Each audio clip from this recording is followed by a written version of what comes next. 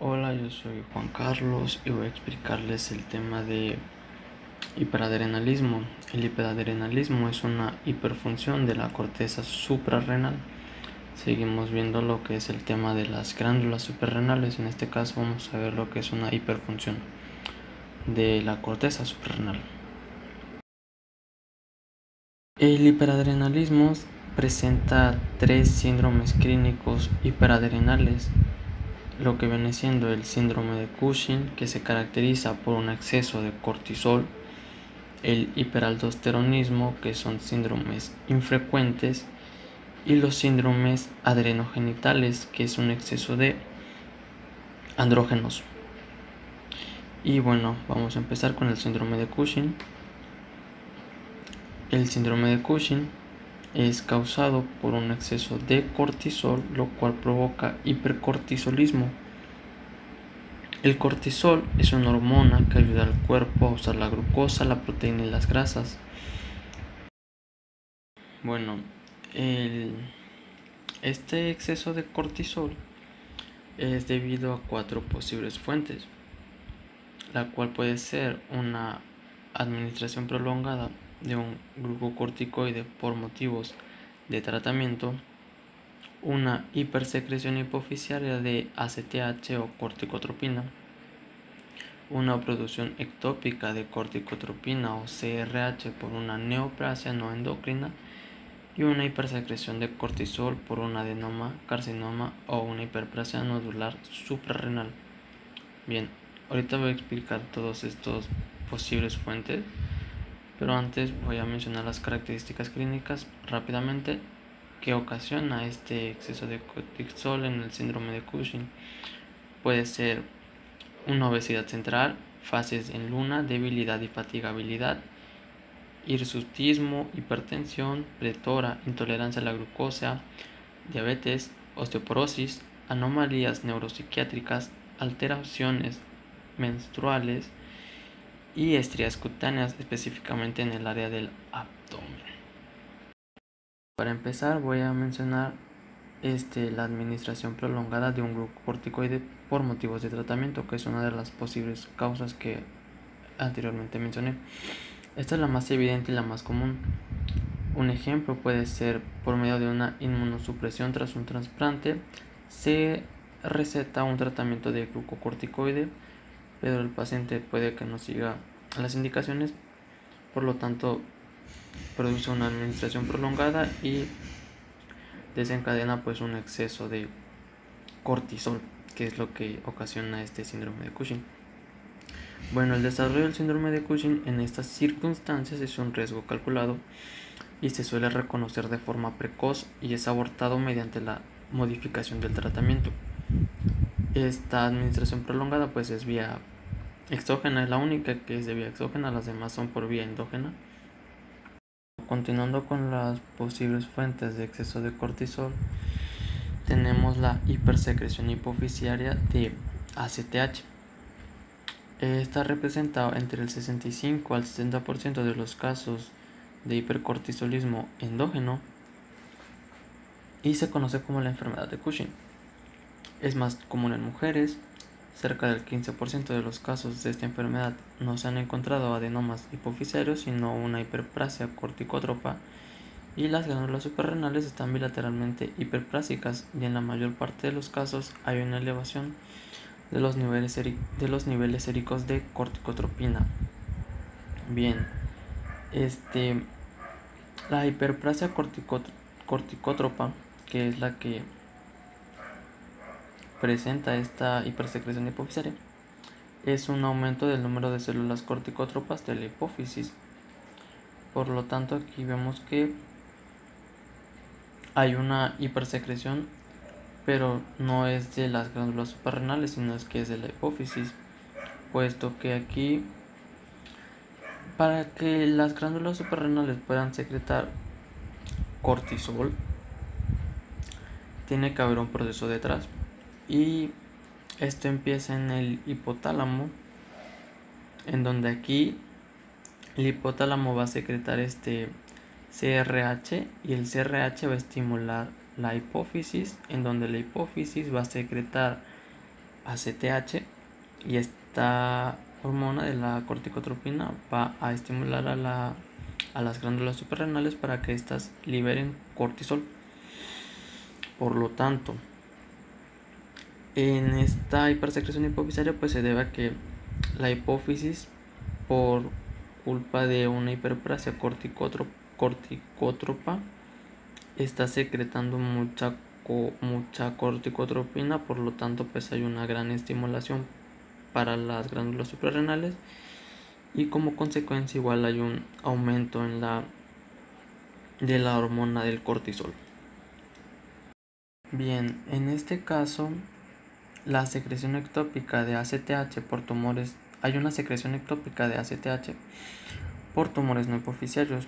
¿Qué quiere decir esto? Que la corticotropina se está liberando fuera de su lugar de origen, y esto se debe a un tumor no hipofisiario.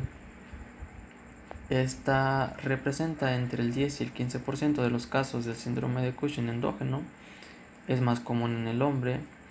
Las glándulas suprarrenales sufren una hiperplasia cortical bilateral, y aquí es donde lo que yo menciono. Teóricamente cualquier tumor puede secretar ACTH, pero los que se asocian con más frecuencia son un carcinoma de células pequeñas del pulmón, carcinoides del bronquio o páncreas, un timoma maligno, un feocromocitoma, un carcinoma medular de tiroides y un gastrinomas. Estos tumores son los más frecuentes que secretan la corticotropina, y esto ocasiona pues un aumento de cortisol. Bien, y como último factor para el aumento del cortisol tenemos al adenoma, carcinoma e hiperplasia cortical suprarrenal. Esta representa un 20 a un 25% de los casos del síndrome de Cushing endógeno y es independiente de la corticotropina, porque la lesión suprarrenal es directamente responsable de la hipersecreción autónoma de cortisol. Esto quiere decir que el tumor no es el responsable de que se estimule las glándulas suprarrenales para producir cortisol como en el anterior ejemplo, sino que esta vez es la lesión que ocasiona este tumor en las glándulas suprarrenales la que es responsable de que haya una hipersecreción de cortisol. Y bueno, tenemos que los carcinomas corticales tienden a producir un hipercortisolismo más intenso que los adenomas o los procesos hiperplásicos, y se caracteriza por unos niveles elevados de cortisol pero unos niveles séricos bajos de corticotropina. Y bien, ya se mencionó con anterioridad en dónde es que se ve afectada esta glándula suprarrenal para que pueda producir ese exceso de cortisol en los síndromes de Cushing, pero por lo tanto la morfología sería en las lesiones de la hipófisis y de las glándulas suprarrenales que se mencionaron.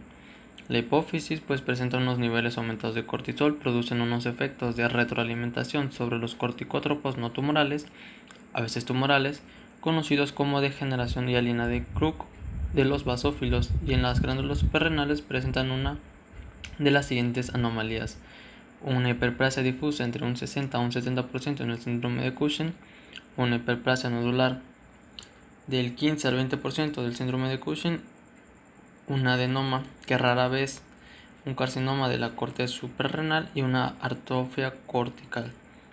Y ahí en la imagen se ve lo que había mencionado desde lo del hipotálamo, produce SRH a la hipófisis ACTH, y esta la glándula suprarrenal, y esta libera el cortisol. Y bien, el curso clínico del síndrome de Cushing es en donde el diagnóstico se confirma mediante la demostración de un aumento de la producción de cortisol, como la enzima 17 hidroxicorticoide, y también podemos encontrar a menudo un aumento en la formación de equimosis y mala cicatrización de las heridas. Y bien, ahora otro de los tipos de alteraciones que producía el hiperadrenalismo era el hiperaldosteronismo primario, abreviadamente HAP. donde HAP es el término de un pequeño grupo de síndromes infrecuentes íntimamente relacionados caracterizados por una secreción crónica excesiva de aldosterona o prácticamente independiente del sistema renina-angiostina. La aldosterona es una hormona esteroide que actúa en la conservación del sodio, en la secreción de potasio y en el incremento de la presión sanguínea, así que todos estas, el sodio, el potasio y la presión sanguínea se van a ver aumentados, y el hiperaldosteronismo primario es esta secreción crónica excesiva de aldosterona es independiente del sistema renina-angiotensina, el cual es la que regula la presión sanguínea, el volumen extracelular, corporal y el balance de sodio y potasio. Y bien, el HAP se caracteriza por una supresión de la actividad de la renina plasmática, una hiperpotasemia y una retención de sodio e hipertensión, que era lo que regulaba la aldosterona. Las causas comunes pues es un adenoma solitario secretor de aldosterona, también conocido como el síndrome de Cohn. Esta representa aproximadamente un 65% de los casos y suele darse más en mujeres. Y casi siempre son lesiones solitarias, pequeñas y encapsuladas. Y otra de las causas sería una hiperplasia idiopática bilateral de las glándulas suprarrenales. Esta representa un 30% de los casos y se caracteriza por una hiperplasia difusa y focal de las células. Bien, el curso clínico del hiperaldosterona es lo que caracteriza la hipertensión del HAP es la hipopotasemia, acompañante resultado de la depresión renal del potasio. Igualmente se pueden encontrar manifestaciones neuromusculares entre las que figuran debilidad, parestesinas, trastornos visuales, francatetania, que son espasmos en la musculatura estriada, y pues la confirmación del HAP se realiza por los niveles elevados de aldosterona y los niveles deprimidos de la renina en la circulación. Y bien, como último síndrome clínico hiperadrenal tenemos a la hiperplasia suprarrenal congénita, que es un síndrome adrenogenital también denominado virilismo suprarrenal. Bien, es denominado virilismo suprarrenal puesto que esta causa un carcinoma suprarrenal secretor de andrógenos. Los andrógenos es una hormona sexual masculina que estimula el desarrollo de los caracteres sexuales masculinos. Por lo tanto, este carcinoma suprarrenal que va a secretar andrógenos pues estimula que en las mujeres, más que nada, que es en donde es más notorio, presenten caracteres sexuales masculinos. Y pues también puede estar causado por un grupo de pequeños errores metabólicos congénitos caracterizados por una deficiencia o carencia total de una enzima determinada involucrada en la biosíntesis de esteroides corticales, en particular del cortisol. Y la deficiencia de la 21 hidroxilasa, que es una enzima, es por sí sola solo cerca del 85 al 90% de todos los casos de virilismo suprarrenal. Esta enzima participa en la biosíntesis de hormonas esteroides, en donde está la aldosterona y el cortisol. Y como esta enzima representa un gran porcentaje en las que se enfoca la literatura más que nada, por lo tanto, en la deficiencia de 21 hidroxilasa se ha separado en tres síndromes específicos: el adrenogenitalismo perdedor de sal, adrenogenitalismo virilizante simple y adrenogenitalismo no clásico. Y bien, el adrenogenitalismo perdedor de sal es el resultado de una incapacidad para convertir la progesterona en desoxicorticoesterona debido a una carencia total de hidrolasa.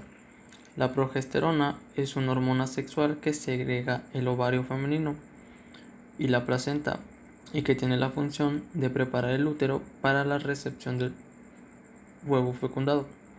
Y el desoxicorticoesterona es una hormona mineral corticoide que controla el metabolismo del agua y las sales minerales.